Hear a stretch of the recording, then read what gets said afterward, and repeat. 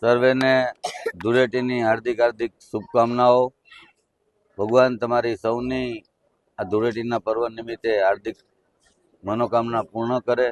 અને સાથોસાથ આજે મારા ધારાસભ્ય બન્યા બાદ ચોથી ધૂળેટી છે, ત્યારે દર વખતની જેમ આણંદા બાવા સેવા સંસ્થાની અંદર બેરામૂંગા અને અનાથ બાળકો સાથે આ ધૂળેટીની ઉજવણી ઉજવી રહ્યો છું.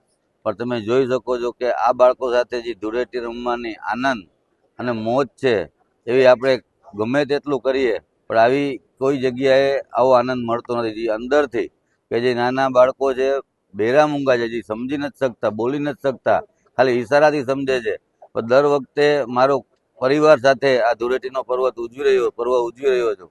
એ માટે ભગવાનને પણ હું આભારી છું કે મને આ બાળકો સાથે ધૂળેટી રમવાનો અવસર આપ્યો. સાથોસાથ ફરીથી સર્વેને ધૂળેટીની હાર્દિક હાર્દિક શુભકામનાઓ.